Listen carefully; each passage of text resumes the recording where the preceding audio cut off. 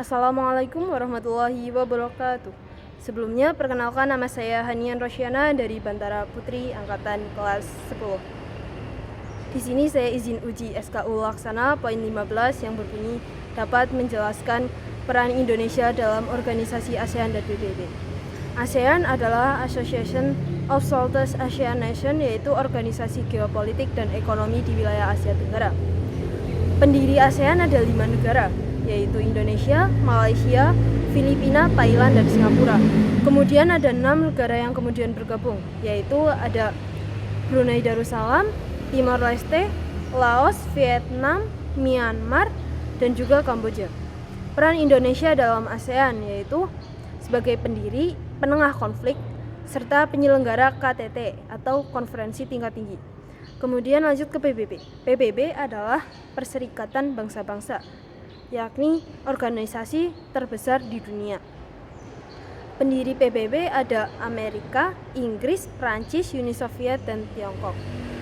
Kemudian peran Indonesia dalam PBB yaitu sebagai pengirim pasukan perdamaian, kemudian pelopor Dewan Hak Asasi Manusia PBB, serta diplomasi perdamaian dunia. Sekian itu poin 15 yang dapat saya sampaikan. Saya izin uji SKU Laksana poin 20 yang berbunyi dapat memahami dan menjelaskan tentang kesehatan reproduksi. Kesehatan reproduksi adalah kondisi di mana sempurna baik secara fisik, mental, dan sosial, bukan semata-mata terbebas dari gangguan atau kecacatan pada organ reproduksi, fungsi, dan prosesnya. Cara menjaga kesehatan reproduksi adalah menjaga kebersihan diri, kemudian menggunakan pakaian yang tepat, contohnya bersih, tidak ketat, mudah menyerap keringat, dan tidak lembab. Langkah selanjutnya yaitu dengan menerapkan pola hidup sehat, dan terakhir yaitu tidak melakukan hal yang merugikan, contohnya seperti merokok, mengonsumsi narkoba, dan meminum alkohol. Contoh penyakit pada kesehatan reproduksi yaitu infeksi jamur, infeksi bakteri, kanker serviks pada perempuan, kanker prostat pada laki-laki, kista ovarium, kemudian ada varikokel atau pembesaran pembuluh darah pada kantong zakar. Kemudian ada beberapa tanda-tanda bahwa alat reproduksi tidak sehat. Contohnya ada iritasi, gatal, kemudian muncul benjolan, nyeri, dan muncul bau yang tidak sedap, dan muncul cairan yang tidak biasa. Sekian poin 20 yang dapat saya sampaikan. Terima kasih. Kemudian saya izin uji SKU Laksana poin 22 yang berbunyi dapat menyebutkan penyebab dan cara pencegahan penyakit infeksi, degeneratif, dan penyakit yang disebabkan perilaku tidak sehat. Penyakit infeksi yaitu penyakit yang disebabkan oleh mikroorganisme yang menyerang jaringan tubuh seperti virus, jamur, dan bakteri. Contoh penyakitnya yaitu COVID-19 oleh virus SARS, tipes oleh bakteri Salmonella typhi, malaria oleh parasit Plasmodium, serta histoplasmosis yang disebabkan menghirup jamur Histoplasma capsulotum. Kemudian penyakit degeneratif yaitu penyakit yang terjadi karena perubahan sel-sel tubuh dan keadaannya yang akan terus menurun. Contoh penyakitnya yaitu ada penyakit jantung, diabetes tipe 2, kanker, osteoporosis, dan hipertensi. Penyakit yang disebabkan perilaku tidak sehat, contohnya ada gagal ginjal, obesitas, dan paru-paru obstruktif kronis. Cara pencegahannya yaitu dengan menjaga pola makan, menghindari minuman beralkohol, dan rutin berolahraga. Sekian dari saya. Selanjutnya saya izin uji SKU Laksana poin 14 yang berbunyi menjelaskan sejarah, arti, tata cara penggunaan, dan kiasan sang merah putih. Yang pertama, sejarah sang merah putih. Bendera merah putih telah dikenal sejak zaman Kerajaan Majapahit sebagai panji kerajaan. Kemudian pada 28 Oktober 1928, merah putih dikibarkan sebagai bendera kebangsaan pada peristiwa Sumpah Pemuda.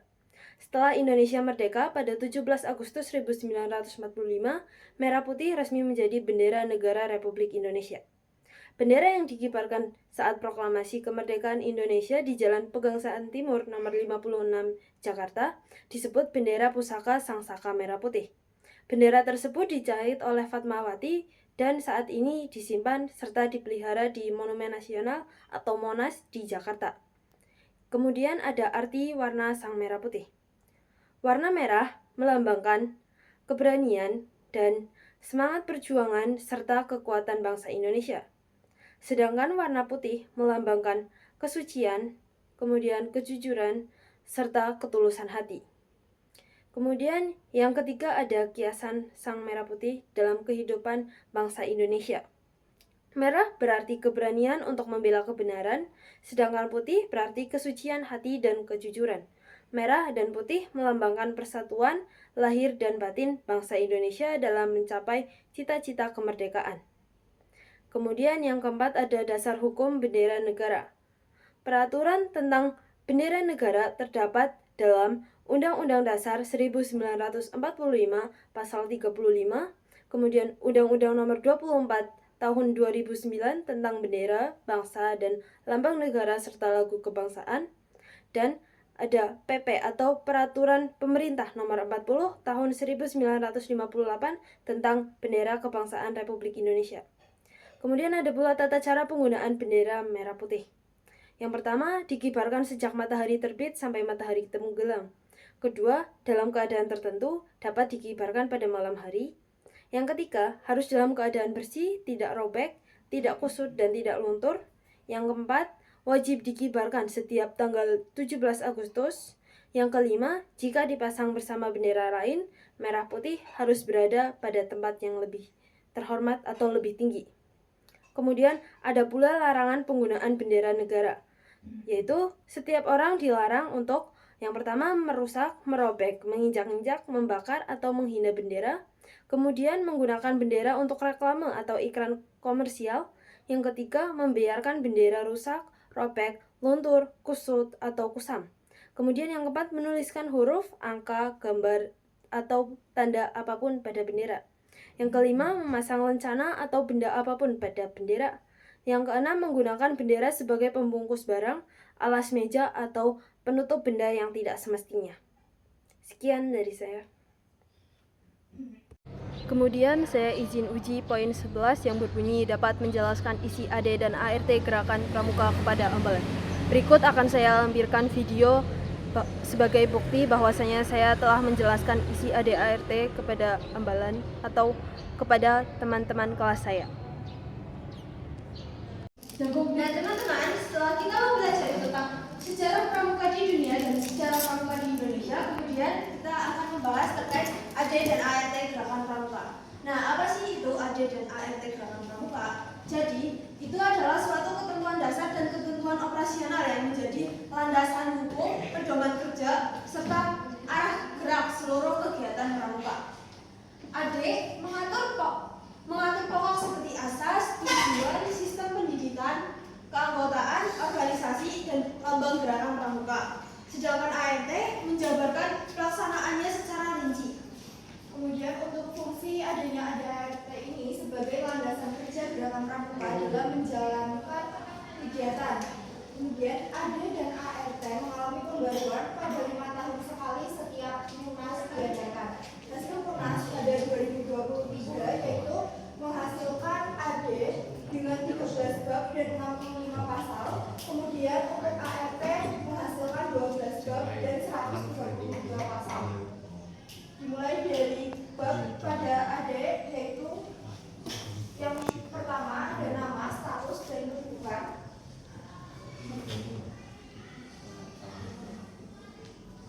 Kemudian bab 2 ada hari pramuka, bab 3 asas, tujuan, tugas pokok, dan fungsi. Selanjutnya saya izin uji SKU Laksana poin 12 yang berbunyi dapat menjelaskan di muka umum tentang sejarah kepramukaan di Indonesia dan di dunia. Berikut adalah videonya bahwasanya saya telah menjelaskan sejarah kepramukaan kepada teman-teman kelas saya. Selamat pagi semuanya. Di sini saya Feriana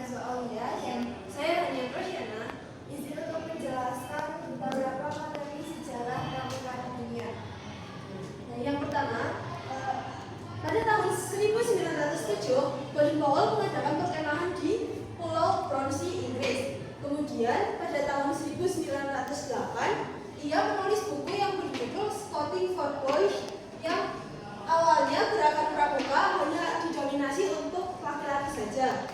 Dan kemudian pada tahun 1912 muncullah gerakan pramuka atau pramuka untuk wanita yang dinamakan Girl Guild, yang didirikan oleh adik Baden-Powell yaitu Agnes Baden-Powell. Kemudian pada tahun 1916 berdiri organisasi pramuka tingkat siaga yang bernama CUB atau Anak Serigala dan dibukukan dengan nama The Jungle Book. Kemudian pada tahun 1922 terbitlah buku Rovering to Success. Tahun 1920 pada tanggal 30 Juli 8 Agustus 1920 pertama kali diadakan Jambore Dunia. Nah, itulah sekilas tentang sejarah pramuka di dunia. Yang kemudian kami akan menjelaskan terkait sejarah pramuka di Indonesia. Pertama, pada tahun 1912 Belanda mendirikan Netherlands Pathfinder Organization atau NPO yang berdiri di Batavia dan berganti nama menjadi Netherlands Indisch Pathfinder Vereniging atau NIPF. Pada tahun 1916 berdiri Javanese Pathfinder Organization atau JPO milik pribumi. Pada tahun 1945 dibentuk Pandu Rakyat Indonesia sebagai wadah tunggal. Kemudian pada 9 Maret 1961 Presiden Soekarno mengumpulkan tokoh kepanduan dan menganugerahkan Panji Gerakan Pramuka. Pada tahun 1961 tepatnya pada tanggal 20 Mei terbit keputusan Presiden nomor 238 pada tahun 1961. Kemudian di tanggal 14 Agustus 1961 Gerakan Pramuka diperkenalkan secara resmi kepada masyarakat luas melalui upacara di halaman Istana Negara. Nah, pada tanggal 16 Agustus ini yang sering diperingati sebagai Hari Pramuka pada setiap tahunnya. Kemudian saya izin uji SKU Laksana poin 18 yang berbunyi secara berkelompok dapat membuat struktur dari tali temali dan pioneering yang dapat digunakan masyarakat.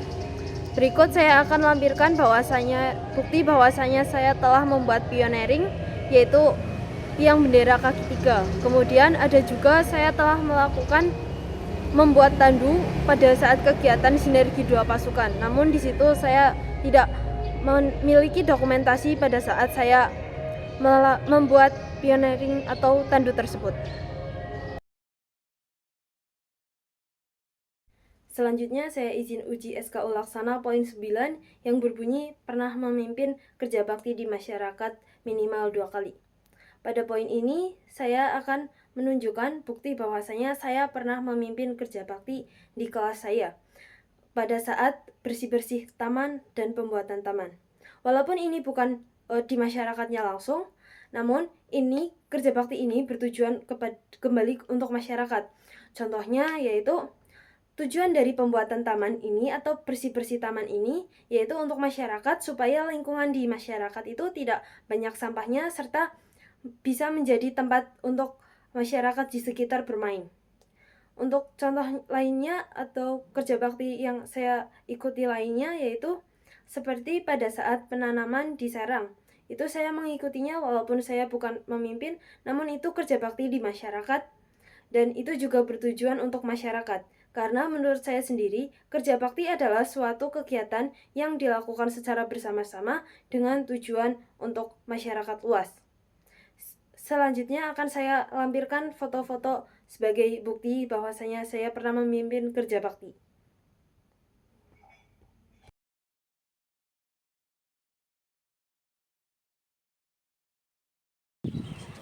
Situ tuh, ya kok.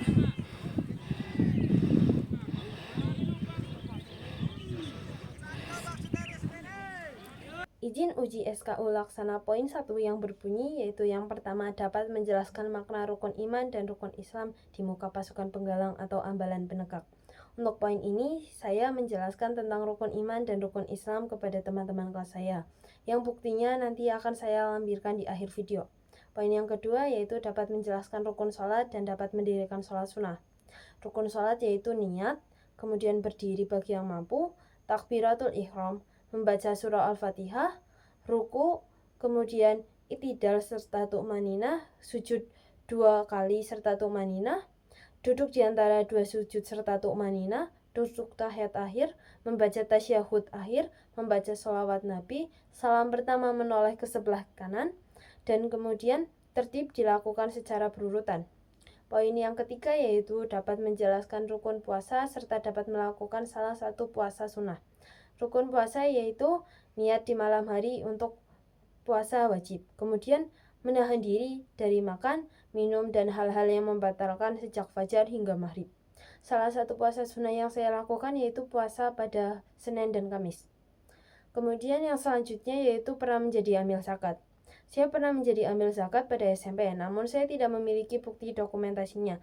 Jadi saya akan menyebutkan tentang doa menjadi amil zakat dan juga syarat-syarat menjadi amil zakat. Doanya yaitu Bismillahirrahmanirrahim. Ajarakallahu fima ataita wa baraka fima abqaita wa ajalahu laka tohuran. Untuk syaratnya yaitu muslim, baligh dan berakal, amanah, paham fikih zakat, serta mampu. Untuk poin yang terakhir yaitu adalah menghafal ayat tematik dari Al-Quran dan mampu menjelaskannya. Untuk contohnya yaitu saya mengambil dari surah At-Taubah ayat 60 yang berbunyi Bismillahirrahmanirrahim. Ajarakallahu fima ataita wa baraka fima abqaita wa jalahu laka tohuran, yang artinya sesungguhnya zakat itu hanyalah untuk orang-orang fakir, miskin, dan para amil atau pengelola zakat. Penjelasan ayat ini merupakan dasar hukum sahnya organisasi pengelola zakat dan menetapkan bahwa amil berhak menerima upah dari porsi dana zakat. Sekian dari saya untuk poin SKU Laksana poin 1. Terima kasih. Selamat siang semuanya. Siang. Di sini saya Fahira Nazwa Aulia dan saya Hania Rohiana.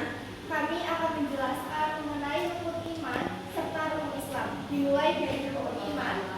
Itu ada 6. Yang pertama, iman kepada Allah Subhanahu wa Ta'ala, yakni meyakini keberadaan dan keesaan Allah. Kemudian yang kedua itu iman kepada malaikat, meyakini keberadaan malaikat sebagai makhluk ciptaannya. Kemudian yaitu iman kepada kitab-kitab Allah. Di sini yaitu meyakini kitab suci yang diturunkan kepada para nabi. Kemudian yang keempat ada iman kepada Rasul Allah, yaitu meyakini utusan Allah untuk menyampaikan wahyunya. Dan yang kelima itu ada iman kepada hari akhir, di mana hal ini meyakini adanya kehidupan setelah mati dan hari kiamat. Dan untuk yang keenam yaitu iman kepada qadar dan qadar, yaitu meyakini takdir atau ketetapan dari Allah SWT. Lanjut untuk rukun Islam yaitu ada 5. Yang pertama syahadat. Syahadat ini mengucapkan 2 kalimat syahadat sebagai kesaksian tiada Tuhan selain Allah dan Nabi Muhammad adalah utusan Allah. Kemudian yang kedua itu ada sholat, mengerjakan sholat fardu 5 waktu dalam sehari. Kemudian yang ketiga yaitu zakat. Zakat yaitu mengeluarkan sebagian harta untuk orang-orang yang berhak dan apabila telah memenuhi syaratnya. Kemudian yang keempat yaitu puasa. Puasa yaitu di mana kita menahan diri dari makan, minum, dan hal-hal yang dapat membatalkan puasa dari terbitnya fajar hingga terbenamnya matahari. Kemudian yang kelima yaitu haji. Haji yaitu menunaikan ibadah ke Baitullah bagi yang mampu secara fisik maupun finansial. Sekian yang dapat saya sampaikan dan terima kasih kepada kakak pembina atas perhatiannya. Wassalamualaikum warahmatullahi wabarakatuh.